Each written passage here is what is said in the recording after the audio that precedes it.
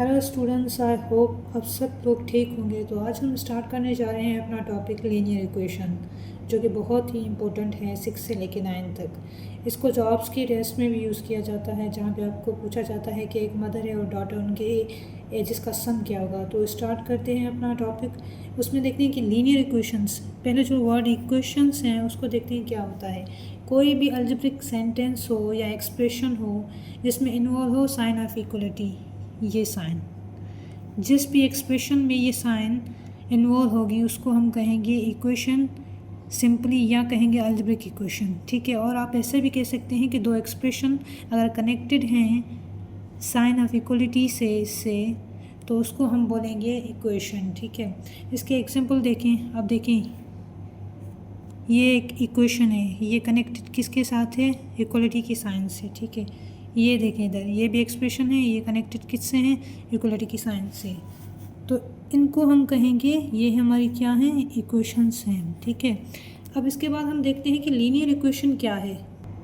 अब linear equation देखते हैं कि वो क्या होती है। इसी को देख लें कि एक इक्वेशन, अब हमें पता है कि इक्वेशन क्या है। एक इक्वेशन जिसमें जो वेरिएबल है उसकी पावर 1 हो, मतलब ये जो x है इसके ऊपर 2, 3 ये ना हो, जस्ट 1 हो।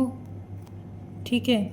इसको लिखना ज़रूरी नहीं होता, हम इससे समझ सकते हैं कि इसके ऊपर 1 हो। वो वेरिएबल, मतलब इक्वेशन में कोई वेरिएबल हो और उसके ऊपर पावर जो है ना हमारी 1 हो, 1 से ज़्यादा ना हो, उसको हम लीनियर इक्वेशन कहते हैं। ठीक है।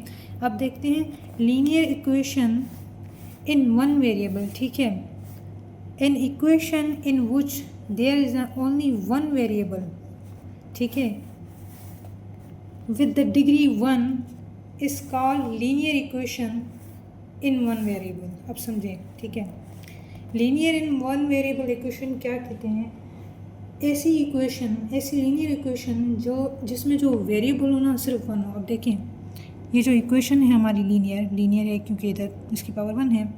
तो ये जो हमारी इक्वेशन है, इस इक्वेशन में जो हमारी पावर तो 1 है, बट इसमें वेरिएबल भी 1 है। आपको पता है, हम प्रीवियस लेक्चर में पढ़ चुके हैं कि वेरिएबल क्या होता है। ये जो x है हमारा वेरिएबल है। इस इक्वेशन पूरी में देखें कि एक ही वेरिएबल है। अब इसको देखें, ये हमारी एक इक्वेशन है, लीनियर भी है, देखें। ठीक है। अब इसमें जो वेरिएबल है वो हमारा एक है, तो इसको हम कहेंगे लीनियर इक्वेशंस इन वन वेरिएबल। अब दूसरा एग्जांपल देखें, इधर y की पावर क्या है? 2 नहीं है, 3 नहीं है, क्या है? 1 है। तो इसको भी हम लीनियर इक्वेशन कहेंगे। और इधर सिर्फ y है, ना x है, ना z है, और कुछ भी नहीं है, एक ही वेरिएबल है। तो linear equation in one variable मतलब एक ही जिसमें वेरिएबल है। ठीक है। अब ये देखें एग्जांपल, 3x - 5 = 10। इसमें भी हमारा वेरिएबल क्या है? 1 है। इसमें भी हमारा वेरिएबल क्या है? 1 है, और इसकी पावर भी। तो ये है लीनियर इक्वेशंस इन वन वेरिएबल। तो स्टूडेंट्स, अब चलते हैं अपनी एक्सरसाइज की तरफ, देखते हैं कि इनको बनाया कैसे जाता है, लीनियर इक्वेशंस को कंस्ट्रक्ट कैसे किया जाता है अगर हमें वर्ड्स या सेंटेंस मिला हो। तो देखिए, पहला एग्जांपल है हमारा, कह रहा है कि 4 is added to a twice of a number, the result is 10। कह रहा है कि 4 is added to twice of a number. ठीक है। 4 ऐड किया गया है ट्वाइस ऑफ अ नंबर, ये हो गया हमारा ट्वाइस ऑफ अ नंबर। कोई नंबर है, वेरिएबल x जो ट्वाइस है। ठीक है। और उसमें एडिट क्या किया गया है? 4 is added to the twice of number, ये ट्वाइस ऑफ नंबर हो गया हमारा। ठीक है। इसमें अब ऐड क्या किया गया है? 4 is added, the result is, मैंने बताया था आपको पिछले लेक्चर में कि जहाँ भी इज़ आएगा तो उधर हम इक्वलिटी की साइन देते हैं। ठीक है। इज़ 10। तो ये फर्स्ट हमारी बन गई। सेकंड देखते हैं कि कह रहा है कि 3 subtracted from the twice of a number, 3 को सब्ट्रैक्ट किया गया है किससे?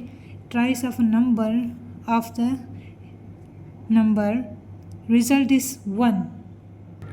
अब देखें, 3 ये सब्ट्रैक्टेड है थ्राइस ऑफ अ नंबर, कोई नंबर है 3 दफ़ा, उसमें से सब्ट्रैक्ट क्या किया गया है? 3। रिजल्ट इज़, उसकी रिज़ल्ट क्या आई? 1। ये बन गया हमारा। ठीक है। लीनियर इक्वेशन बन गई। आगे देखें, 3 multiplied by A number is 9। अब 3 मल्टीप्लाई किया गया है किसी नंबर के साथ, इस मतलब इक्वलिटी, जहाँ भी इज़ आए आपको ये साइन नहीं है। वो किसके बराबर हैं, 9 के। ये भी हमारी हो गई। आगे देखें, a number divided by 8 is 3। अब कोई नंबर है, आप ले लें x ले लें y ले लें, ठीक है, हम m लेते हैं। m डिवाइडेड बाय, ये एक नंबर हो गया m हमारा, बाय डिवाइडेड बाय किसके, 8 के, इसकी जगह इक्वलिटी बराबर किसके, 3, ठीक है। नेक्स्ट एग्जांपल देखें। अब इसमें कह रहा है कि 2 added to thrice of a number is 5। अब 2 एडिट किया गया है किसमें, ट्राइस ऑफ अ नंबर। अब इधर आप y लिख लें। अब 2 एडिट किया गया है इसमें, ट्राइस ऑफ अ नंबर में क्या 2 एड किया गया है, वो बराबर है किसके, इस देखें इस 5। ये आपकी लीनियर इक्वेशन हो गई। देखें पावर भी 1 है और 1 वेरिएबल भी है, देखें सिर्फ y है। और एग्जांपल देखें कह रहा है कि 5 times of a number divided by 7 is 10। 5 times a number, कोई नंबर है, उसे ए ही मान लें, ए कोई नंबर है, 5 टाइम्स है, ठीक है, उसको डिवाइड किया गया, डिवाइडेड बाय 7 इज़, ठीक है, इज़ 10। ये हो गई हमारी लीनियर इक्वेशन सेंटेंस से। अब नेक्स्ट है 4 times a number, 4 times of number increased by 5। अब 4 टाइम्स है कोई नंबर, उसको इंक्रीज का मतलब भी होता है प्लस करना, +5, जहाँ भी इंक्रीज दिखे मतलब +5 इज़ या इक्वल्स 11। ये भी हो गया। आप देखें the sum of number and 8, कोई नंबर है, ठीक है, अ नंबर एंड 8 का सम, ठीक है, कोई नंबर और 8 उनका सम इज़ कितना है, 15, ठीक है।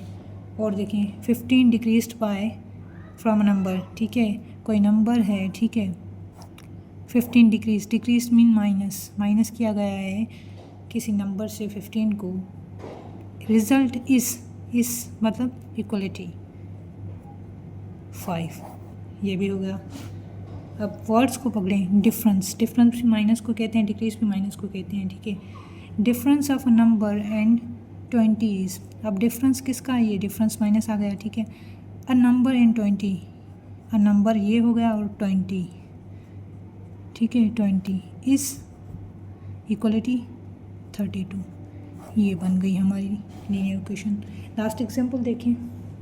If a number is subtracted from another number, अगर कोई नंबर सब्ट्रैक्ट किया गया है किसी और नंबर से, which is 5 more than thrice, ठीक है। अब देखें thrice, more than thrice, the first number the result is, अब कोई नंबर है, ठीक है, सब्ट्रैक्ट किया गया है किसी और नंबर से जो 5 गुना more than a thrice the first. अब एक नंबर है थ्राइस है, ठीक है, और उसमें 5 ऐड है, मोर देन, ठीक है, 5 ऐड है हमारा, माइनस किया गया है किसी एक नंबर से, ये नंबर वो हमारा x है, इस बराबर किसके है, 31 के, ठीक है। ये हमारी हो गई लीनियर इक्वेशंस, ठीक है। अब देखिए नेक्स्ट जो लेक्चर होगा उसमें हम पढ़ेंगे कि इनको सॉल्व कैसे किया जाए। ये तो हमने बनाना सीख लिया, अब इनको सॉल्व कैसे किया। मेन चीज़ वो होती है कि उसको हम x की वैल्यू कैसे निकालें, इनको सॉल्व कैसे करें, ठीक है। तो नेक्स्ट टॉपिक में हम सीखेंगे कि इनकी वैल्यूज़ कैसे निकालें। तो बने रहिए, थैंक यू।